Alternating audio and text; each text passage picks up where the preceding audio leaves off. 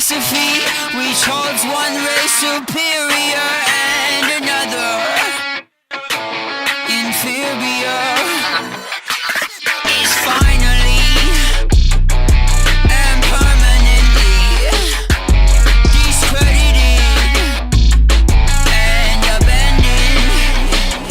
And it's war in the east, war in the west, war up north, war down south. And it's war in the east, war in the west, war up north, and war down south. Everywhere is war.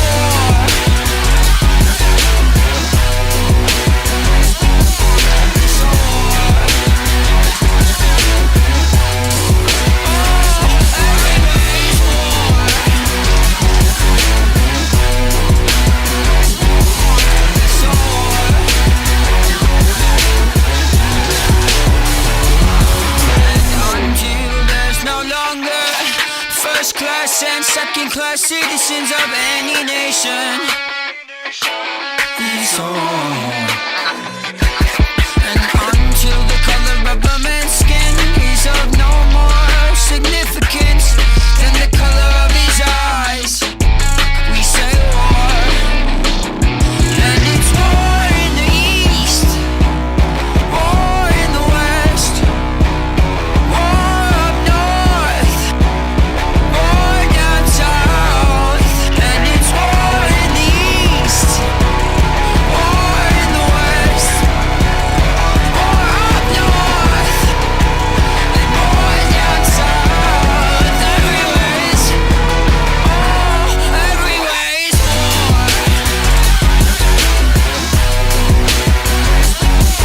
It's a war. Everywhere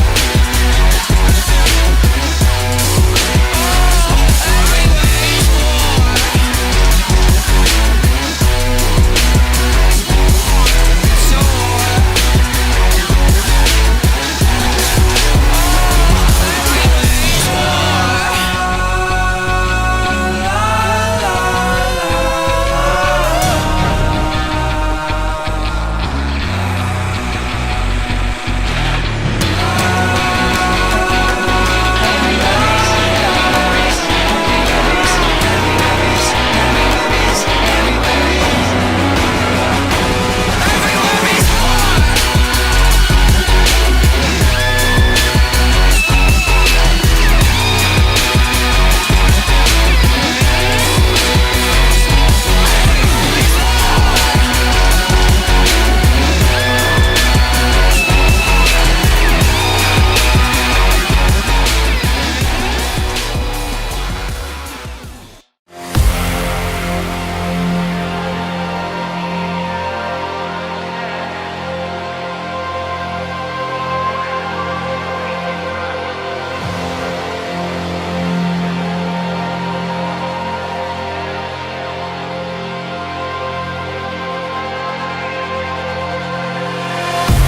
Left to walk these halls, a wasteland in my mind. I've become so cold, a phantom running blind. So hopeless, I know this could be the end. I'll fight till you break down and let me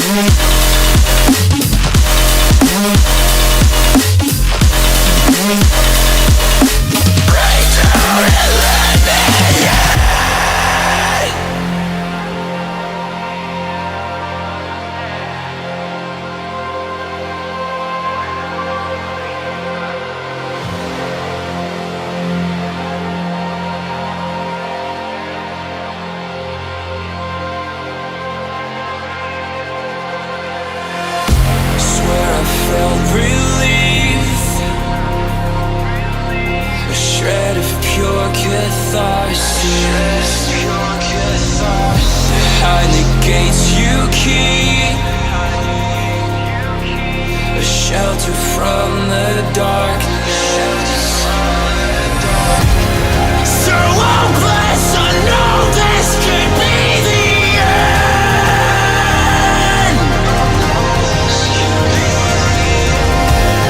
I'll fight till you break down and let me in.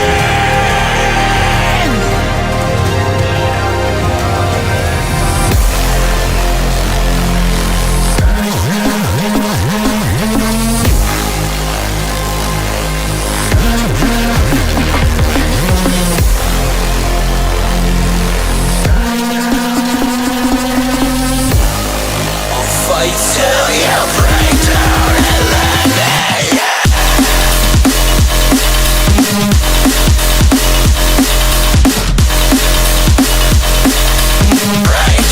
down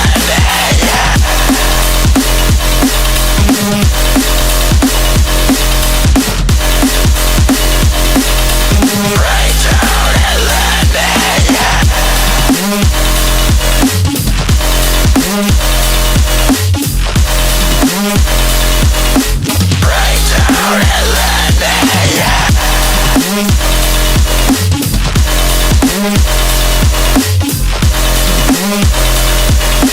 Break down and let me in.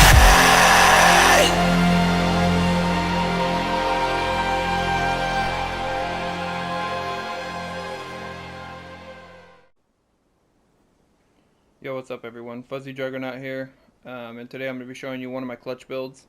One of the 3 that I rock. I already put one out there. I like that clutch build a lot, but I felt I was getting hit by too many status effects and stingers sometimes, so I decided to stack more into hazard protection. So I made a couple builds, I don't know, like 2 weeks ago, 3 weeks ago, whatever it was, and I've slowly changed it around and been working with them, playing with all 3. I put the one video out. I like that build a lot, but I feel this one's actually even better, and so I decided to put this one out. We're going to get into the build in a minute. First, we're going to be rocking, for our specialization, we're going to be rocking the firewall. This is mainly for our med kit, and then we want SMG damage, and of course stack everything else to wherever you want. You can rock whatever secondary weapon you want also in this build. It's preferably up to you. I use rifle sometimes depending on situation. I use rifle or LMG or shotgun, just depends, or assault rifle. It's completely situational and up to you guys. You can only stack 3 damage bonuses on 3 different weapons, so I mean that's all you're gonna get. So it's ultimately you're only gonna have 2 other ones. But I use the pestilence, and sometimes I don't have damage stacked into the specialization, so it's completely up to you, and it still does good damage. For our first weapon, we're going to be rocking the Tactical Vector SBR9. This is a 9mm. We're at 77.2k damage, and this is going to give us fast RPMs. There is the other one, the regular, that's not tactical. That one's going to give you 53 bullets instead of 40. It is still really good, but it does a lot less damage. I think you'd be sitting at like 64k or 65k, so you lose like 10 to 12k damage on that one, but you get more rounds. I've tested them out. This one does the most damage. The other good one that you can use also is the Banshee. This one's pretty good too. I like to use fast hands on my SMGs, but you can use strained. I use both. On my other character, I have a lot of my strained ones on there. I just like fast hands because of the reload speed. I feel I get more out of it a lot of the time. But the strained is really nice because it stacks up that critical hit damage. So it's completely up to you how you want to run it. This one I've got max SMG damage, max critical hit chance, and max critical hit damage.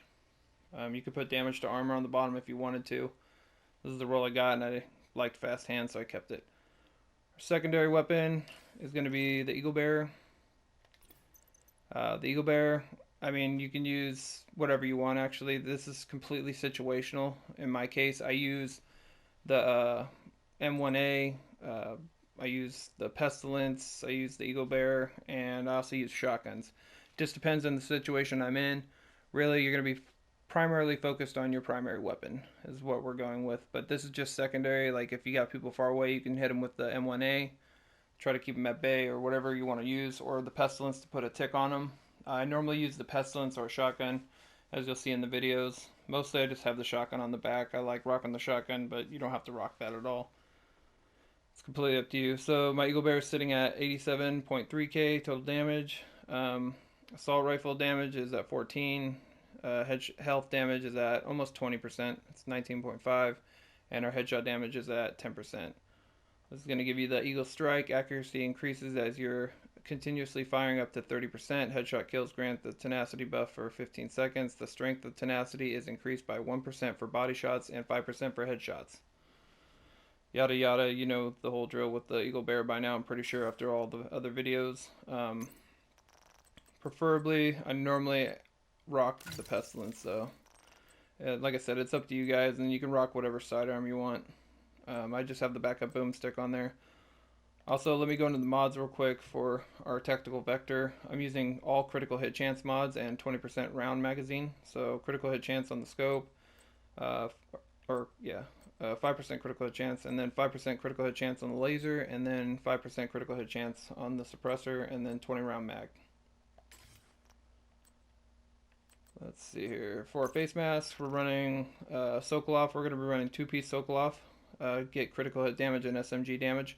So I got max weapon damage on the core attribute, and then our attributes are 12% critical hit damage, which is maxed out. Some hazard protection, which is nice, which we're going for.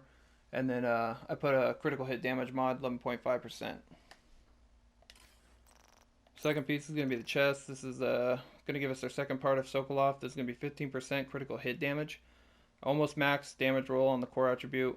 And then our minor attributes are 10% hazard protection, which is good. Like I said, you want to stack into hazard. I think we're at like 60% hazard protection on this build, which is good enough.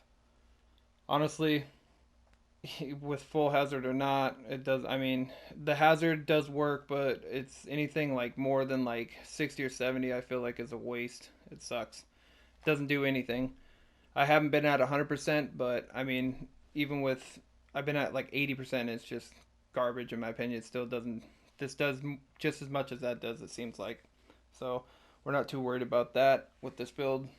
As you can see in the clips, I'll take fire and damage and other stuff, and it pretty much comes off pretty fast and doesn't do horrible damage to me. Our second is critical hit chance is super low. I didn't have a god roll, so it is what it is. We're rocking the vector though with all critical hit chance. I mean, we get a lot of it from there, so we're still at 60%. And then critical hit damage mod, which is going to be the red. Our talent is unbreakable. When your armor is depleted, repair 95% of your armor. Cooldown is 60 seconds. This is still really good talent. I don't use efficient because we're rocking clutch on this build, so you can use efficient if you want. I honestly feel really good with the unbreakable, and I like how it procs, and especially when our armor goes down low, we'll bring it right back up with the clutch. Our third piece is going to be our holster. This is R&K.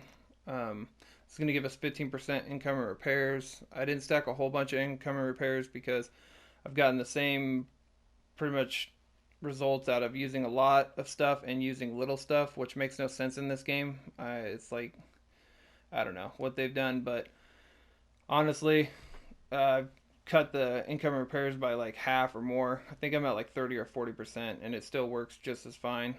So it's up to you guys how you want. You can rock the pieces on this build how you want also, but I just like to go for more damage, so that's why I have two Sokolov on the first two pieces so that I can get that extra crit hit damage.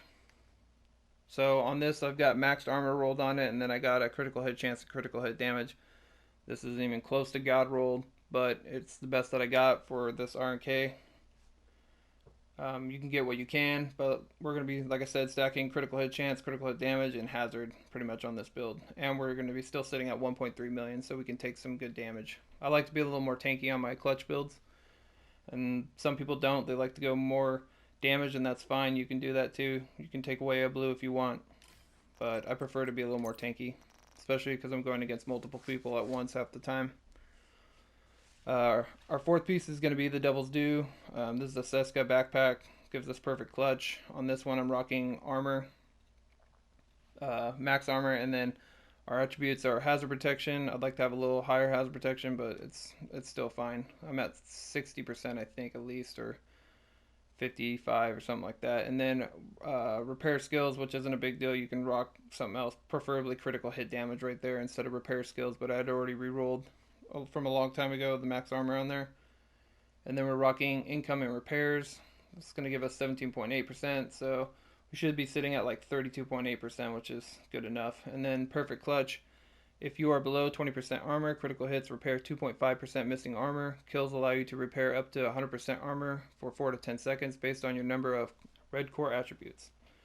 So we're sitting at 3 and 3. We should be well off and good, and it heals pretty well with the clutch. I like it. You can go for 4 reds if you want, or even more. But like I said, I like to have the tankiness, so it's completely up to you guys. The 2-piece that gives us on here is going to be 10% critical hit chance and 10% hazard protection. So we have 2 pieces of this and then 1 piece of yaw gear, which is going to give us another 10% hazard. And like I was talking, there's our yaw gear piece, and this is going to be our 5th piece. This is our hands, and this is going to give us max armor, which I have on here, and then 6% critical hit chance, and then 10% hazard protection. So this piece alone is giving us 20% hazard protection, which is nice. That's why I have it here. You could rock the mask, because I think on the yaw gear mask, you still get a red, so you can rock your blues and your reds on there if you want. I just went for this one because it was pretty much a god roll, and I just put hazard onto it. It's completely up to you. You only need the 1 piece to get the 10% hazard, and like I said, this piece alone, because the 2 10%s, we're getting 20% altogether, which is really nice. Let's see, our knee pads is another Seska. This is the 2nd piece, so the 1st piece gave us a critical hit chance, which is 10%. This one's going to give us the 10% hazard protection. I've got 13.2 weapon damage on it. It's not god rolled, but it's, you know what I mean, if you got god roll pieces, that'll work even better. Our second is, our attribute is 11.3% critical hit damage, and then we have 4,600 armor regeneration on this one, which you could literally put hazard protection right there if you have it, or whatever you prefer, I guess.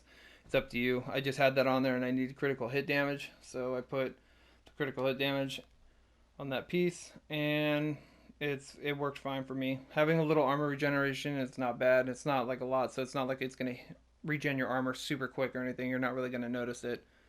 Armor regeneration is really good in this game, but for this one, it is what it is. But you can put hazard or critical hit chance if you're lacking and you want to use like something else for your secondary. I do have another build that also stacks with clutch and armor regen and other stuff, but I'll get into that one when I get into that. So that's it for those. That's our 6 pieces. For our skills, we're going to be rocking the Crusader Ballistic Shield. I know people think this is cheesy, but dude, you've got 3 tiers, blue tiers, and that stacks. So active regeneration is at 30%, 100% shield health, and then holster regeneration. And like I said in my other videos, the more enemies in front of you amplifies your damage that you're going to do. So not only are you able to block and take damage, and you're getting almost 3 million health shield pretty much for free, you're increasing your damage you're doing to opponents that you're facing that are in front of you, and for each person it stacks up, and your team gets a buff too if they're behind you. So it's pointless not to have this, in my opinion, but you can rock a defender drone or whatever you'd like. It's completely up to you. For the mods on this, I am running 4% shield health.